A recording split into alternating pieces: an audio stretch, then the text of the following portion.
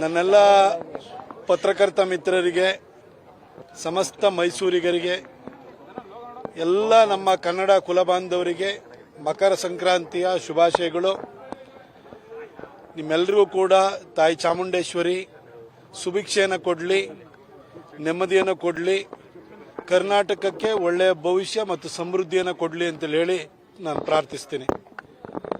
ಇವತ್ತು ನಮ್ಮ ಚಾಮರಾಜ ವಿಧಾನಸಭಾ ಕ್ಷೇತ್ರದ ವ್ಯಾಪ್ತಿಯಲ್ಲಿ ಬರುವಂತಹ ಪ್ರತಾಪ್ ಸಿಂಹ ಸ್ನೇಹ ಬಳಗದ ವತಿಯಿಂದ ಸಂಕ್ರಾಂತಿಯ ಶುಭಾಶಯ ಕೋರುವ ಮತ್ತು ಎಳ್ಳು ಬೆಲ್ಲ ವಿತರಣೆ ಮಾಡುವ ಕಾರ್ಯಕ್ರಮವನ್ನು ನಮ್ಮೆಲ್ಲ ಬಂಧು ಮಿತ್ರರು ಯೋಗ ನರಸಿಂಹಸ್ವಾಮಿ ದೇವಸ್ಥಾನದ ಆವರಣದಲ್ಲಿ ಆಯೋಜನೆಯನ್ನು ಮಾಡಿದ್ದಾರೆ. ಎಲ್ಲರಿಗೂ ಕೂಡ ಎಳ್ಳು ಬೆಲ್ಲವನ್ನು ನಾವು ವಿತರಣೆಯನ್ನು ಮಾಡಿದ್ದೀವಿ, ಗೋಪೂಜೆಯನ್ನು ಮಾಡಿದ್ದೀವಿ.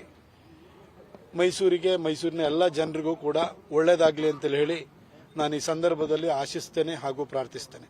ನಾವು ಕ್ಯಾಲೆಂಡರ್ ಹಂಚಿದ ಸಂದರ್ಭದಲ್ಲೇ ಕ್ಯಾಂಡಿಡೇಟ್ ಅನ್ನೋದು ಚರ್ಚೆ ಶುರುವಾಗಿರುವುದು ಈಗ ಮತ್ತೆ ಎಳ್ಳು ಬೆಲ್ಲ ನಾನು 2014ರಲ್ಲಿ ಭಾರತೀಯ ಜನತಾ ಪಕ್ಷದ ಲೋಕಸಭಾ ಅಭ್ಯರ್ಥಿಯಾಗಿ ಮೈಸೂರು ಮತ್ತು ಕೊಡಗಿಗೆ ಬಂದಾಗ ಇಲ್ಲಿನ ಜನ ಒಬ್ಬ ಯಂಗ್ಸ್ಟರ್ ಬಂದಿದ್ದಾನೆ, ಅವನಿಗೆ ಆಶೀರ್ವಾದವನ್ನು ಮಾಡಿದರೆ ಒಳ್ಳೆಯ ಕೆಲಸವನ್ನು ಮಾಡ್ತಾನೆ ಅಂತ ಹೇಳಿ ನನ್ನ ಮೇಲೆ ವಿಶ್ವಾಸವನ್ನಿಟ್ಟು ಭರವಸೆನ ಇಟ್ಟು ಮೈಸೂರು ಮತ್ತು ಕೊಡಗಿನ ಜನ ಆಶೀರ್ವಾದವನ್ನು ಮಾಡಿದರು. ಅವರ ನಿರೀಕ್ಷೆಗೂ ಮೀರಿದಂತೆ 10 ವರ್ಷಗಳ ಕಾಲ ನಾನು ಕೆಲಸವನ್ನು ಮಾಡಿದ್ದೀನಿ. ಇವತ್ತು ನಾನು ರಾಜ್ಯ ರಾಜಕಾರಣಕ್ಕೆ ಬಂದಿದ್ದೀನಿ. ಅದರ ಬಗ್ಗೆ ಈಗ ಆಲ್ರೆಡಿ ನಾನು ಸ್ಪಷ್ಟೀಕರಣವನ್ನು ಕೂಡ ಕೊಟ್ಟಿದ್ದೀನಿ. ಇವತ್ತು ನಮ್ಮ ಚಾಮರಾಜ ಕ್ಷೇತ್ರದಲ್ಲಿರುವಂತಹ ಪ್ರತಾಪ್ ಸಿಂಹ ಸ್ನೇಹ ಬಳಗದ ವತಿಯಿಂದ ನಾವು ಎಳ್ಳು ಬೆಲ್ಲ ಹಂಚುವ ಕಾರ್ಯಕ್ರಮ ಮಾಡಿದ್ದೀವಿ. ಒಬ್ಬ ಲೋಕಸಭಾ ಸದಸ್ಯನಾಗಿದ್ದಾಗ ಅಥವಾ ಲೋಕಸಭೆಗೆ ಸ್ಪರ್ಧಿಸುವಂತಹ ಸಂದರ್ಭದಲ್ಲಿ ಅದು ಒಂದು ಆ ಚುನಾವಣೆ ಅನ್ನೋದು ಒಂದು ಅಲೆಯ ಮೇಲೆ ಒಂದು ರಾಷ್ಟ್ರೀಯ ವಿಚಾರಧಾರೆಯನ್ನು ಇಟ್ಕೊಂಡು ನಡೆಯುವಂತಹ ಒಂದು ಚುನಾವಣೆ ಆಗಿರುತ್ತದೆ. ದೇಶಕ್ಕೊಂದು ಮೋದಿಯಂತಹ ಸಮರ್ಥ ನಾಯಕತ್ವ ಬೇಕು. ಅವರು ಪ್ರಧಾನಿ ಆಗಬೇಕಾದ್ರೆ ಕೊಡಗು ಮತ್ತು ಮೈಸೂರಿಂದಲೂ ಒಬ್ಬ ಲೋಕಸಭಾ ಸದಸ್ಯನನ್ನ ಬಿಜೆಪಿಯಿಂದ ಆರಿಸಿ ಕಳಿಸ್ಕೊಡ್ಬೇಕು ಅನ್ನುವಂತಹ ಭಾವನೆಯನ್ನಿಟ್ಕೊಂಡು ಜನ ವೋಟ್ ಹಾಕ್ತಾರೆ.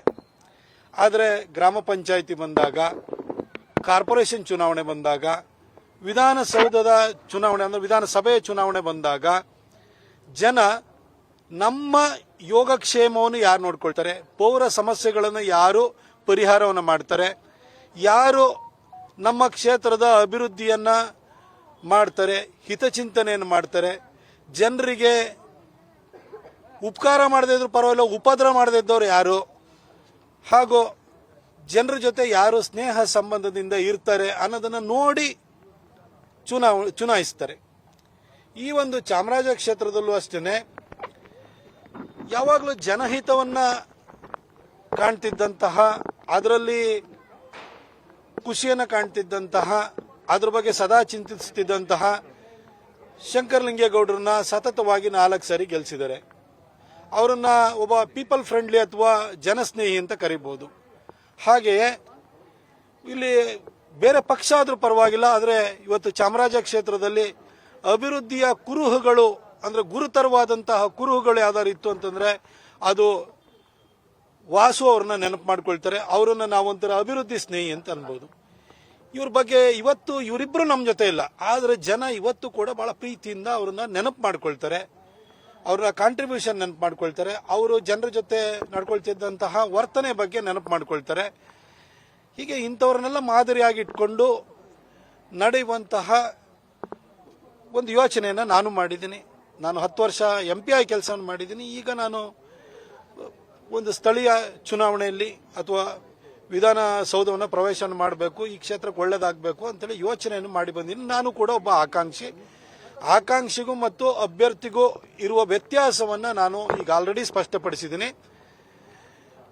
ಅದು ಪಕ್ಷ ನಿರ್ಧಾರವನ್ನು ಮಾಡುತ್ತೆ. ಆಕಾಂಕ್ಷಿ ಯಾರು ಬೇಕಾದರೂ ಆಗ್ಬೋದು, ನನ್ನ ಜೊತೆಯಲ್ಲಿ ನಿಂತಿರೋರು ಆಗ್ಬೋದು, ನಾನೂ ಆಗ್ಬೋದು, ಮತ್ತೊಬ್ಬರು ಆಗಬಹುದು, ಯಾರು ಬೇಕಾದರೂ ಆಗಬಹುದು. ಪಕ್ಷ ಅಂತಿಮವಾಗಿ ತೀರ್ಮಾನ ಮಾಡುತ್ತೆ. ಆದರೆ ಚಾಮರಾಜ ಕ್ಷೇತ್ರದ ಒಂದು ವಿಶೇಷತೆ ಏನಂತಂದ್ರೆ, ಇದು ಬೆಂಗಳೂರು ಸೌತನ್ನ ಹೇಗೆ ಒಂದು ವಿದ್ಯಾವಂತರ ಕ್ಷೇತ್ರ ಅಂತ ಹೇಳ್ತೀವಿ, ರಾಷ್ಟ್ರ ಮಟ್ಟದಲ್ಲಿ ಹೋದ್ರೆ ಡೆಲ್ಲಿ ಸೌತ್ ಅನ್ನ ವಿದ್ಯಾವಂತರ ಕ್ಷೇತ್ರ ಅಂತ ಹೇಳ್ತೀವಿ, ಹಾಗೆ ಕರ್ನಾಟಕ ವಿಧಾನಸಭೆಯ ವಿಚಾರ ಬಂದಾಗ ವಿದ್ಯಾವಂತರ ಕ್ಷೇತ್ರ ಅಂತ ಹೇಳಿದರೆ ಅದು ಚಾಮರಾಜ ಕ್ಷೇತ್ರ.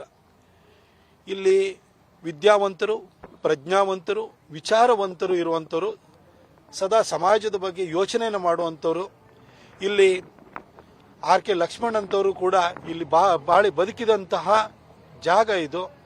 ಇಲ್ಲಿ ಭಾರತೀಯ ವಿದ್ಯಾಮಂದಿರ ಇದೆ, ಕೇಂದ್ರ ಸರ್ಕಾರದ ಎಲ್ಲ ಉದ್ದಿಮೆಗಳು ಇಲ್ಲಿದ್ದಾವೆ, ಇಲ್ಲಿ ಅತಿ ಹೆಚ್ಚು ಶೈಕ್ಷಣಿಕ ಸಂಸ್ಥೆಗಳಿದ್ದಾವೆ. ಹಾಗಾಗಿ ಈ ವಿದ್ಯಾವಂತರ, ಪ್ರಜ್ಞಾವಂತರ, ವಿಚಾರವಂತರ ಪ್ರತಿನಿಧಿ ಯಾರಾಗಬೇಕು ಅನ್ನೋದನ್ನ ಇಲ್ಲಿನ ಜನ ತೀರ್ಮಾನ ಮಾಡ್ತಾರೆ. ನಾನು ಕೂಡ ಆಶೀರ್ವಾದ ಮಾಡಿ ಅಂತ ಜನರ ಹತ್ರ ಅವ್ರ ಹತ್ರ ಹೋಗ್ತಾ ಇದ್ದೀನಿ. ಅವರ ವಿಶ್ವಾಸವನ್ನು ಗಳಿಸಲಿಕ್ಕೆ ಪ್ರಯತ್ನವನ್ನು ಮಾಡ್ತೀನಿ. ವಿಶ್ವಾಸ ನನ್ನ ಮೇಲೆ ಇದೆ. ಎಲ್ಲೋದ್ರೂ ಕೂಡ ಒಂದು ಪ್ರೀತಿಯನ್ನ, ಗೌರವವನ್ನು ತೋರ್ತಾ ಇದ್ದಾರೆ. ಅಂತಿಮವಾಗಿ ಇಂಥ ಪ್ರಜ್ಞಾವಂತ, ವಿದ್ಯಾವಂತ, ವಿಚಾರವಂತ ಕ್ಷೇತ್ರದ ಅಭ್ಯರ್ಥಿ ಯಾರಾಗಬೇಕು ಅನ್ನೋದನ್ನ ಪಕ್ಷ ತೀರ್ಮಾನ ಮಾಡುತ್ತೆ. ಸರ್, ಈಗ ಶಿಡ್ಲಘಟ್ಟದ ವಿಚಾರ ತಾವು ಗಮನಿಸಿದ್ದೀರಿ. ಅಂದ್ರೆ ಅಲ್ಲಿಯ ಪೌರಾಯುಕ್ತರಿಗೆ ಕಾಂಗ್ರೆಸ್ನ ನಾಯಕ ಆವಾಜ್ ಹಾಕಿರುವಂತದ್ದು, ಅಂದ್ರೆ ರಾಜ್ಯದಲ್ಲಿ ಏನ್ ನಡೀತಾ ಇದೆ ನೋಡಿ. ನಮ್ಮ ಮೈಸೂರಿನಲ್ಲೇ ಮಾನ್ಯ ಮುಖ್ಯಮಂತ್ರಿ ಸಿದ್ದರಾಮಯ್ಯನವರ ಸಮ್ಮುಖದಲ್ಲೇ ಅವರ ಮೊದಲನೇ ಟರ್ಮ್ ಅಲ್ಲಿ ಒಬ್ಬ ಎಫಿಷಿಯಂಟ್ IAS ಆಫೀಸರ್ ಆಗಿದ್ದಂತ ಶಿಖಾ ಅವರನ್ನ ಸಿದ್ದರಾಮಯ್ಯನವರ ಶಿಷ್ಯ ಮರಿಗೌಡ ಅವಾಚ್ಯ ಶಬ್ದಗಳಿಂದ ನಿಂದಿಸಿದ್ದು, ಆತನ ಅರೆಸ್ಟ್ ಆಗದಂಗೆ ನೋಡ್ಕೊಂಡಿದ್ದು ನಮ್ಮ ಕಣ್ಣೆದುರುಗಡೆ ಇದೆ. ಅಲ್ಲಿ ರೀಜನಲ್ ಕಮಿಷನರ್ ಆಗಿದ್ದಂತ IAS ಅಧಿಕಾರಿ ರಶ್ಮಿ ಮಹೇಶ್ ಅವ್ರ ಮೇಲೆ ಆಕ್ರಮಣ ಮಾಡಿದ್ದನ್ನು ನಾವು ನೋಡಿದ್ದೀವಿ. ಈಗ ಶಿಡ್ಲಘಟ್ಟದಲ್ಲಿ ಪೌರ ಆಯುಕ್ತೆ ಬಗ್ಗೆ ಆಕೆಯ ಮೇಲೆ ಕಾಂಗ್ರೆಸ್ಸಿನ ಒಬ್ಬ ಪುಡಾರಿ ಈ ತರ ಅವಾಚ್ಯ ಶಬ್ದಗಳಿಂದ ಒಂದು ಪೋಸ್ಟ್ ಅನ್ನ ತೆಗೆಸಿರೋದಕ್ಕೋಸ್ಕರವಾಗಿ ನಿಂತಿರುವಂತದ್ದನ್ನ ನಾವು ನೋಡ್ತಾ ಇದ್ದೀವಿ. ಮಾನ್ಯ ಮುಖ್ಯಮಂತ್ರಿ ಸಿದ್ದರಾಮಯ್ಯನವರು ಹೇಳಿ ಕೇಳಿ ಕಾನೂನು ಪದವೀಧರ. 1981 Karnataka open place prevention of disfigurement act ಅಂತ ಇದೆಯಲ್ಲ, ನಾವು ಸಾರ್ವಜನಿಕ ಕ್ಷೇತ್ರಗಳನ್ನ ಅಲ್ಲಿ ಸ್ಥಳಗಳನ್ನು ವಿರೂಪಗೊಳಿಸುವುದರ ವಿರುದ್ಧವಾಗಿ ತಂದಿರುವಂತ ಕಾಯ್ದೆ. ಅದರ ಪ್ರಕಾರವಾಗಿ ನೀವು ಕಾರ್ಪೊರೇಷನ್ ಇರ್ಬೋದು ಅಥವಾ ಅಲ್ಲಿರುವಂತಹ ಟೌನ್ ಪಂಚಾಯತ್ ಇರ್ಬೋದು, ಎಲ್ಲೋ ಸ್ಥಳೀಯ ಸಂಸ್ಥೆಗಳ ಪರ್ಮಿಷನ್ ಇಲ್ದಲೆ ಫ್ಲೆಕ್ಸ್ ಹಾಕಕ್ಕಾಗಲ್ಲ. ಆದರೂ ಕೂಡ ಫ್ಲೆಕ್ಸ್ಗಳ ಹಾವಳಿ ಕಾಣಿಸ್ತಾ ಇದೆ. ಅದನ್ನ ತೆಗೆಸಿದ ಕೂಡಲೇ, ಅಲ್ಲಿ ಆಕ್ಸಿಡೆಂಟ್ ಆಯ್ತು ಅನ್ನೋ ಕಾರಣಕ್ಕೆ ಪೌರ ಆಯುಕ್ತೆ ಅದನ್ನ ತೆಗೆಸಿದ ಕೂಡಲೇ ಆಕೆನೆ ನಿಮ್ಮ ಪಕ್ಷದ ಒಬ್ಬ ಕಾರ್ಡ್ ಹೋಲ್ಡರ್ ಅದನ್ನ ನಿಂದಿಸ್ತಾನೆ ಅಂತಂದ್ರೆ ನೀವು ಏನ್ ಮಾಡ್ತಾ ಇದ್ದೀರಿ ಸರ್? ಯಾರಿಗೆ ನೀವು ಚಿತಾವಣೆ ಕೊಡ್ತಾ ಇದ್ದೀರಿ? ಯಾರನ್ನ ಸಾಕಿ ಸಲುತ್ತಾ ಇದ್ದೀರಿ? ನಿಮ್ಮ ಕಾಲದಲ್ಲಿ ಯಾರಿಗೆ ಇವತ್ತು ಉತ್ತೇಜನ ಸಿಗ್ತಾ ಇದೆ?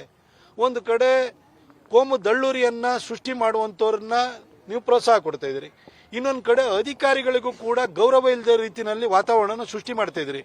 ನಿಮ್ದಂತೂ ಇನ್ನು ಇದು ನಿಮ್ಮ DK ಶಿವಕುಮಾರ್ ಅವರ ಹತ್ರ ಹೊಡೆದಾಟ ಮಾಡಿ ಇನ್ನೊಂದು ಸ್ವಲ್ಪ ದಿನ ಚೇರ್ ಉಳಿಸ್ಕೊಳ್ಬಹುದು. ಆದ್ರೆ ನೀವು ಚೇರ್ ಬಿಟ್ಟಾದ ನಂತರ ಜನ ನಿಮ್ಮನ್ನು ನೆನಪು ಮಾಡ್ಕೊಳ್ಳಲ್ಲ ಸರ್. ನೀವು ಜನರ ನೆನಪಿನ ಅಂಗಳದಿಂದ, ಅವರ ಸ್ಮೃತಿ ಪಟಲದಿಂದ ಆದಷ್ಟು ಬೇಗ ನೀವು ಕಾಣೆಯಾಗಿ ಹೋಗ್ಬಿಡ್ತೀರಿ. ನೀವು ದೇವರಾಜ ಅರಸು ಆಗಕ್ಕೆ ಸಾಧ್ಯ ಇಲ್ಲ. ದೇವರಾಜ ಅರಸರು ತೀರ್ಕೊಂಡು 4 ದಶಕ ಆದ್ರೂ ಇವತ್ತು ಜನ ನೆನಪು ಮಾಡ್ಕೊಳ್ತಾರೆ. ಯಾಕೆಂದ್ರೆ ಅವರ ಕಾಂಟ್ರಿಬ್ಯೂಷನ್ ಹೆಂಗಿತ್ತು.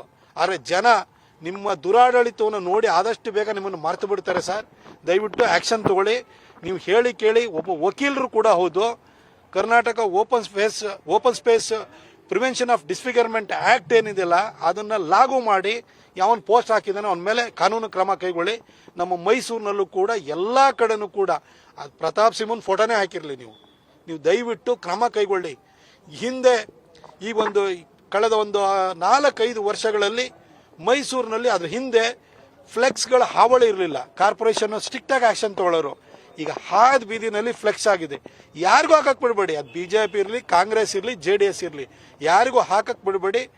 ಈ ಒಂದು ಊರಿನ ಅಂದವನ್ನು ಹಾಳು ಮಾಡುವಂತಹ ಇಂತಹ ಒಂದು ಬೆಳವಣಿಗೆಗಳಿಗೆ ಅವಕಾಶ ಮಾಡಿಕೊಡ್ಬೇಡಿ.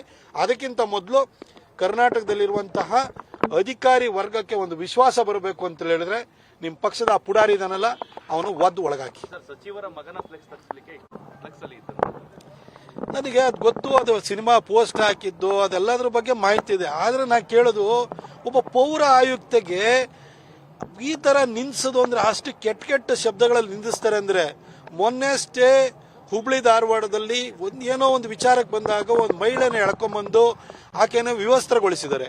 ಇವಾಗ ಪೌರ ಆಯುಕ್ತೆಗೆ ಈ ತರ ಅತ್ಯಂತ ಹೀನಾತಿಹೀನವಾಗಿ ಆಕೆನ ನಿಂದಿಸಿದ್ದಾರೆ. ಇದು ಏನ್ ತೋರಿಸ್ತದೆ? ಇದೊಂಥರ ಸಿದ್ದರಾಮಯ್ಯನವರಲ್ಲಿರುವಂತಹ ಒಂದು ಈ ಥರ ಉಡಾಫೆ ಮನಸ್ಥಿತಿ ಏನಿದೆಯಲ್ಲ, ಇದೊಂಥರ ಬೇರೆಯವ್ರ ಬಗ್ಗೆ ಬೇರೆಯವ್ರನ್ನ ತುಚ್ಛವಾಗಿ ಮಾತನಾಡುವಂಥ ಮನಸ್ಥಿತಿ ಇವತ್ತು ಅವರ ಪಕ್ಷದ ಒಬ್ಬ ಸಣ್ಣ ಕಾರ್ಡ್ ಹೋಲ್ಡ್ರಿಂದ ಪುಡಾರಿ ಒಳಗೋವರೆಗೂ ಎಲ್ಲರಲ್ಲೂ ಕಾಣಿಸ್ತಾ ಇದೆ. ಫಸ್ಟ್ ಸಿದ್ದರಾಮಯ್ಯನವರು ಅವ್ರನ್ನ ವರ್ತನೆ ಸರಿ ಮಾಡ್ಕೊಳ್ಬೇಕು. ನಿರ್ಮಲಾ ಸೀತಾರಾಮನ್ ಎಂತಳವಳು ಅಂತ ಕರೆದ್ರೆ, ಈ ಮನುಷ್ಯನೇ ಕರೆದ್ರೆ ಇನ್ನು ಕೆಳಗಡೆ ಅವ್ರು ಏನು ಮಾಡ್ತಾರೆ? ಹಿಂದೆ ರಾಜೀವ್ ಗಾಂಧಿ ಅವ್ರು ಇರಬೇಕಾದ್ರೆ ಬೋಫೋರ್ಸ್ನಲ್ಲಿ ದುಡ್ಡು ಹೊಡೆದಾಗ ದೇಶದ ಪ್ರಧಾನಿನೇ ತಿಂತಾನೆ ಅಂತ ಗ್ರಾಮ ಪಂಚಾಯತಿ ಪ್ರಧಾನ ಕೂಡ ದುಡ್ಡು ತಿನ್ನಕ್ಕೆ ಶುರು ಮಾಡಿದ. ಇವಾಗ ಸಿದ್ದರಾಮಯ್ಯನವರೇ ಕೇಂದ್ರ ಸಚಿವೆಗೆ ಗೌರವ ಕೊಡಲಿಲ್ಲ ಅಂತಂದ್ಮೇಲೆ ಇನ್ನು ಕಾಂಗ್ರೆಸ್ನ ಒಬ್ಬ ಪುಡಾರಿ ಪೌರ ಆಯುಕ್ತಗೆ ಗೌರವ ಕೊಡ್ತಾನೆ. ಫಸ್ಟ್ ಸಿದ್ದರಾಮಯ್ಯನವ್ರು ಸರಿಪಡಿಸ್ಕೋಬೇಕು. ಪ್ರಶ್ನೆ ಇರುವಂತದ್ದು, ಇಂಥ ಘಟನೆ ಆದರೂ ಸಿಎಂ ಆದಿಯಾಗಿ ಸಚಿವರು ಯಾರೂ ಸಹ ಮಾತನಾಡಿಲ್ಲ ಅಥವಾ ಅವ್ರಿಗೆ ಧೈರ್ಯ ತುಂಬುವಂತ ಕೆಲಸ ಮಾಡಿಲ್ಲ. ಸಿದ್ದರಾಮಯ್ಯನವರಿಗೆ ಆ ಸಂಸ್ಕಾರ ಇಲ್ವಲ್ರಿ. ಅವರೇ ಒಬ್ಬ ಕೇಂದ್ರ ಸಚಿವೆನ ಎಂತೋಳ ಅವಳು ಅಂತ ಹೇಳ್ತಾರೆ. ನಮ್ಮಲ್ಲಿ ಭಾರತೀಯ ಸಂಸ್ಕೃತಿಯಲ್ಲಿ ಈ ತರ ಮಹಿಳೆಯರನ್ನ ಇಷ್ಟು ತುಚ್ಛವಾಗಿ ಕರೆಯುವಂಥದ್ದು ನಾನಂತೂ ನೋಡ್ಲಿಲ್ಲ. ಹಾಗೆ ಒಂದು ಪಬ್ಲಿಕ್ ಆಗಿ ಈ ತರ ಒಂದು ಕರೆದ್ರು. ಇನ್ನು ಅವ್ರ ಪಾರ್ಟಿನಲ್ಲಿ ಒಬ್ಬ ಪುಡಾರಿ ಇದನ್ನಲ್ಲ, ಅವನು ಜಮೀರ್ ಅವ್ರನ್ನ ಮೆಚ್ಚಿಸ್ಲಿಕ್ಕೆ, ಅವ್ರ ಮಗನ ಮೆಚ್ಚಿಸ್ಲಿಕ್ಕೆ, ಇನ್ನೇನೋ ಕಾಂಟ್ರಾಕ್ಟ್ ತಗೊಳಕ್ಕೆ ಅವನು ಈ ತರ ಮಾತಾಡದಲ್ಲೇ ಇರ್ತಾನೆ. ಫಸ್ಟ್ ಸಿದ್ದರಾಮಯ್ಯನವರು ಅವರ ಬಾಯಿಯನ್ನು ಶುದ್ಧ ಮಾಡ್ಕೊಳ್ಬೇಕು. ಅವರು ಅಲ್ಲಿಗೆ ಭಯ ಬೀಳಿಸೋ ಪ್ರಕ್ರಿಯೆ ಇದು ಆಫೀಸರ್ಸ್ಗಳಿಗೆ ನಾವು ಏನ್ ಬೇಕಾದ್ರೂ ಮಾಡ್ತೀವಿ. ಮುಖ್ಯಮಂತ್ರಿ ಬಾಯಿನೇ ಬಚ್ಚಲ ಮನೆ ಆಗೋಗಿದೆ. ಇನ್ನು ಕಾಂಗ್ರೆಸ್ಸಿನ ಪುಡಾರಿಗಳ ಬಾಯಿ ಸರಿ ಇರಕ್ಕೆ ಸಾಧ್ಯನಾ? ಅವರಿಂದಲೇ ಈ ಒಂದು ಚಿತಾವಣೆ ಸಿಗ್ತಾ ಇರುತ್ತೆ. ಸಂಕ್ರಾಂತಿ ಆಯ್ತು, ಸಂಕ್ರಾಂತಿ ಯಾವಾಗ ಗೊತ್ತಿಲ್ಲ, ಅದು ನಾ ಬರೀ ಮೀಡಿಯಾದಲ್ಲೇ ನೋಡೋದು.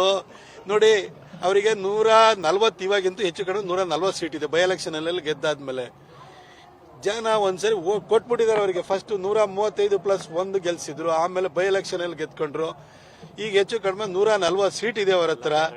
ಅವರನ್ನ ಇನ್ನೂ 2.25 ವರ್ಷ ಏನೂ ಮಾಡಕ್ಕಲ್ಲ. 2028 ಮಾರ್ಚ್ ವರ್ಗು ಕೂಡ ಕರ್ನಾಟಕ ಜನ ಹಿಂದೆ ಮಾಡಿರುವಂತ ಎಡವಟ್ಟಿಗೋಸ್ಕರ ಹಲ್ಲು ಕಚ್ಚಿ ತಡ್ಕೊಳ್ಳೇಬೇಕು. ಏನು ಮಾಡಕ್ಕಲ್ಲ. ಅವ್ರಿಗೆ ಚೇರ್ ಬದಲಾವಣೆ ಆಗ್ಬಹುದು ಅಷ್ಟೇನೆ, ಚೇರಲ್ಲಿ ಕೂರೋರ್ ಬದಲಾವಣೆ ಆಗ್ಬಹುದು. ಆದ್ರೆ ದುರಾಡಳಿತ ಅಂತೂ ಮುಂದುವರಿತದೆ. ಏನು ಮಾಡಕ್ಕಾಗಲ್ಲ. ಜನ ತಮ್ಮ ತಪ್ಪನ್ನ ಸರಿಪಡಿಸಿಕೊಳ್ಳಿಕ್ಕೆ 5 ವರ್ಷ ಕಾಯಲೇಬೇಕಾಗುತ್ತೆ. ಈಗ 2.25 ವರ್ಷ ಆಯ್ತು. ಬದಲಾವಣೆ ಲಕ್ಷಣ ಕಾಣಿಸ್ತಾ ಇದೆಯಾ ಅಂತ ಹೇಳಿ ನನ್ಗೆ ಗೊತ್ತಿಲ್ಲ. ಸಾಕಷ್ಟು ಚರ್ಚೆ ಆಗಿದೆ ಅದು ವಿಚಾರ ಆಗಿ ಅಂತ. ನೋಡಿ, ಒಂದು ರಸ್ತೆ ಅಭಿವೃದ್ಧಿ ಆಗ್ತಿಲ್ಲ, ಒಂದು ಚರಂಡಿ ಅಭಿವೃದ್ಧಿ ಆಗ್ತಿಲ್ಲ, ಗೃಹಲಕ್ಷ್ಮಿ ದುಡ್ಡು ತಿಂದಾಕಿದ್ದಾರೆ. ಹಾಗೆ ಯುವ ನಿಧಿ ಕೊಡ್ತೀನಿ ಅಂದ್ರೂ ಕೊಡ್ತಾ ಇಲ್ಲ. ಎಸ್ಕಾಂಗಳು ಹಳ್ಳಾಡ್ದು ಹೋಗಿದಾವೆ. KSRTCಯ ವಿವಿಧ ವಿಂಗ್ಗಳು ಹಳ್ಳಾಡ್ದು ಹೋಗಿದಾವೆ. ಇಲ್ಲಿ ಯಾರಿಗೂ ಇಲ್ಲಿ ನೋಡ್ರೆ ಮೈಸೂರು ಯೂನಿವರ್ಸಿಟಿನಲ್ಲಿ ಕಳೆದ 9 ತಿಂಗಳಿಂದಲೂ ಕೂಡ ಅಲ್ಲಿ ಗೆಸ್ಟ್ ಲೆಕ್ಚರರ್ಸ್ಗೆ ಸಂಬಳ ಕೊಟ್ಟಿಲ್ಲ. ಎಲ್ಲ ಕಡೆ ಇಂಥ ಒಂದು ಪರಿಸ್ಥಿತಿ. ಅಂದ್ರೆ ಆಡಳಿತ ಅನ್ನೋದು ಸತ್ತೋಗಿದೆ.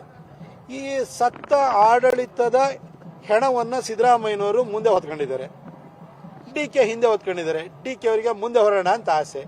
ಅದು ಆಡಳಿತನೇ ಸತ್ತೋಗಿದೆ. ಮುಂದೆ ಯಾರು ಓರ್ಲಿ, ಹಿಂದೆ ಯಾರು ಓರ್ಲಿ, ಹೋರಾರು ಮುಂದೆ ಹಿಂದೆ ಬದಲಾದ್ರೂ ಕೂಡ ಆಡಳಿತನೇ ಸತ್ತೋಗಿದೆಯಲ್ಲ. ಇದು ಕರ್ನಾಟಕದ ವಾಸ್ತವ ಸಂಗತಿ.